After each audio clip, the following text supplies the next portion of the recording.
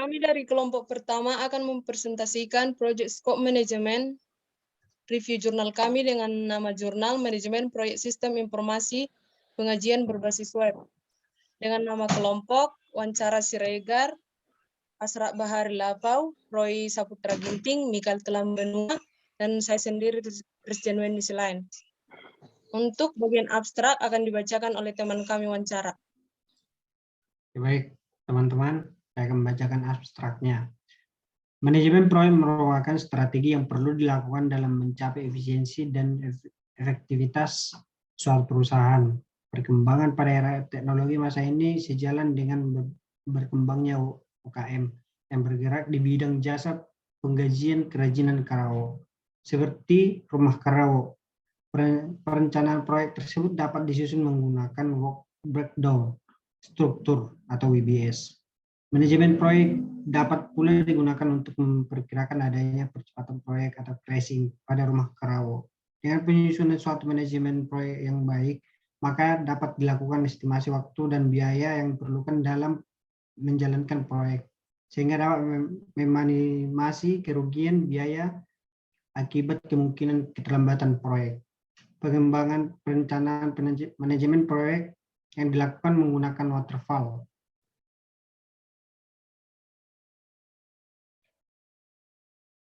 Oke, selanjutnya akan bacakan kawan saya, Roy Ginting. Metode yang dilakukan yaitu mulai dari penemuan masalah, penentuan tujuan penelitian, pengumpulan dan pengelolaan data. Tahap yang dilakukan untuk pengelolaan data adalah identifikasi aktivitas proyek dengan menggunakan work breakdown struktur atau WBS sederhana. Kedua, pembuatan sistem sesuai dengan model pengembangan sistem waterfall atau pekerjaan sistem yang terurut. Work breakdown struktur merupakan suatu pengelompokan elemen yang kerja yang ditunjukkan dalam bentuk grafik untuk mengatur keseluruhan ruang lingkup proyek kerja. Analisa sistem berjalan. Untuk menjabarkan sistem yang berjalan pada kegiatan proyek, penulis mencoba menggambarkan melalui metode Cultural Framework yang meliputi seluruh proses kegiatan proyek. Work breakdown struktur dan software Microsoft Project untuk merancang penjadwalan proyek estimasi biaya. Project organization. Mendeskripsikan kebutuhan pengorganisasian pada manajemen proyek secara keseluruhan, meliputi perencanaan, penjadwalan, prosedur pendaftaran, dan pengajuan proyek pada fase pelelangan. Penyusunan berkas-berkas pendukung seperti RAP, perpajakan, izin usaha, kontrak kerja, dan dokumen-dokumen pendukung lainnya. B. Scope. Pada fase ini, proyek telah mulai dilaksanakan partisipasi dari rekan dan relasi yang terkait dalam kontrak kerja harus diidentifikasi secara detail. C. Planning. Tahap perencanaan mendefinisikan spesifikasi pekerjaan yang akan dilaksanakan meliputi penganggaran serta realisasi RAB yang telah disetujui. D. Risk Management.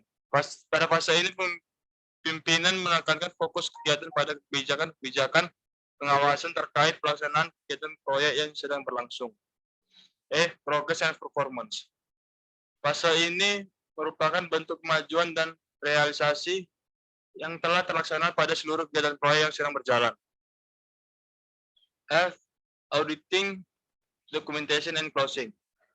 Laporan akhir kegiatan proyek berkasan dan dokumen serta dokumentasi yang dilaksanakan di lapangan. Bentuk laporan yang sudah disusun akan dipertanggungjawabkan kepada pihak stakeholder atau Rumah Karawo.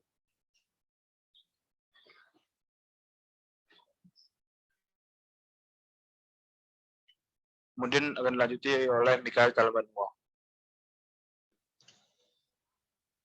A. System Information Engineering and Modeling.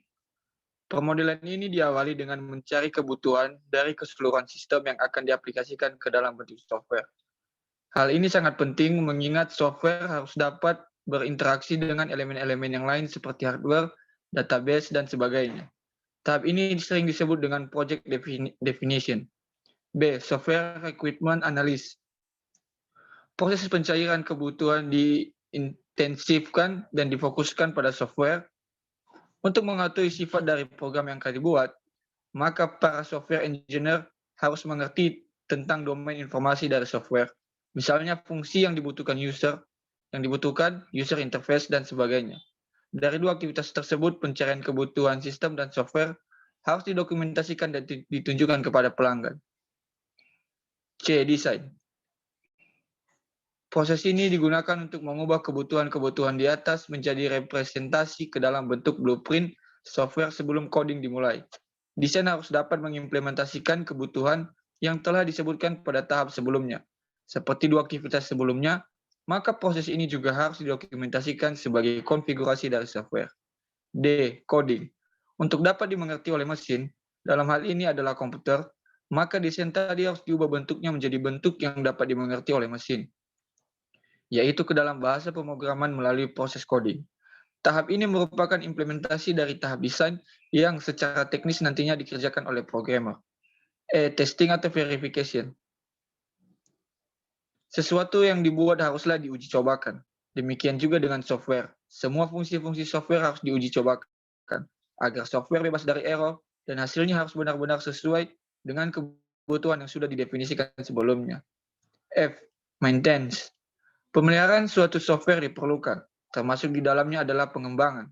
Karena software yang dibuat tidak selamanya hanya seperti itu. Ketika dijalankan mungkin saja masih ada error kecil yang tidak ditemukan sebelumnya, atau ada penambahan fitur-fitur yang belum ada pada software tersebut.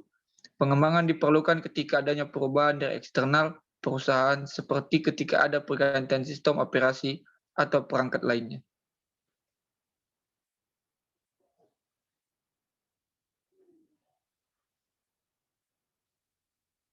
Hasil dan pembahasan. Mungkin akan dilanjutkan teman kami, Risjen.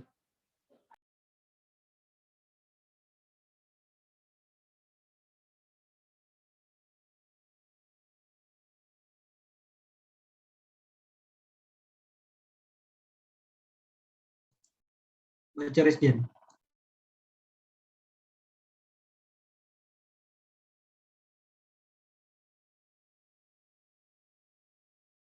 Lanjutkan aja wawancara. Oke, baik, karena jaringan kawan kami yang lagi tidak membaik ya di kampung masing-masing. Oke, coba ke atas, Roy. Ini suatu bawahnya Pak.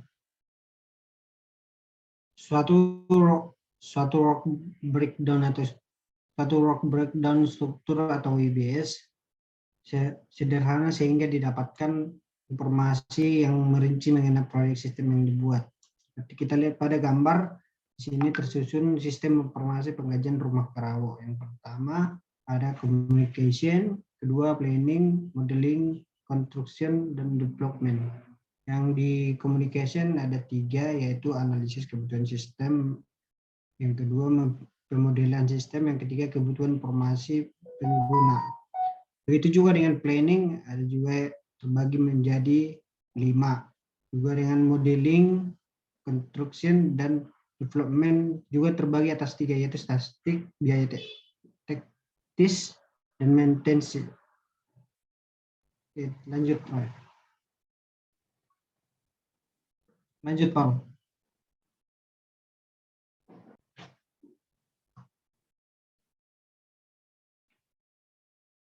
Oke, di sini juga kita akan melihat tabel alokasi SDM untuk aktivitas proyek.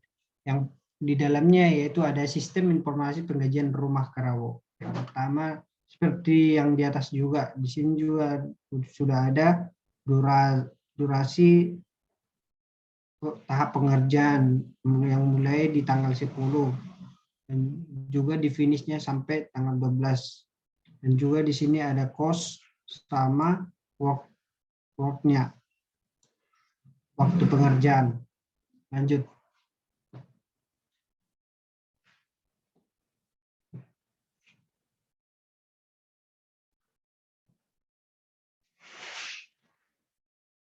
Oke, kesimpulan akan dibacakan teman saya yaitu Roy. Kesimpulan, kegiatan dan pelaksanaan proyek terdiri dari bermacam proses dan prosedur yang harus diselenggarakan bersama antara pihak manajemen Rumah Karawo, konsultan dan stakeholder selaku pemegang modal. Pemanfaatan sistem informasi pada manajemen proyek perlu dilakukan untuk memberikan berbagai kemudahan pada pelaksanaan proyek yang dijalankan. Rancangan ini memberikan solusi melalui metode waterfall yang didasarkan pada kebutuhan perusahaan, pada pengelolaan data dan informasi terkait pada prosedur dan pelaksanaan teknis pekerjaan. Mengingat kebutuhan sarana dan prasarana yang cukup kompleks pada pelaksanaan kegiatan proyek, perlu difasilitasi kesiapan infrastruktur yang optimal, baik dari segi sumber daya manusia, peralatan dan perlengkapan, serta informasi yang mampu merangkul keseluruhan prosedur yang dibutuhkan oleh semua pihak terkait. Baik, sekian dari presentasi kami. Bila ada tutur kata yang salah, dan mohon maaf. Saya selamat sore. Terima kasih. Begitu juga dengan kehadiran kawan-kawan kami, apabila kawan-kawan kami yang ada timbul tenggelam karena jaringan juga. Terima kasih.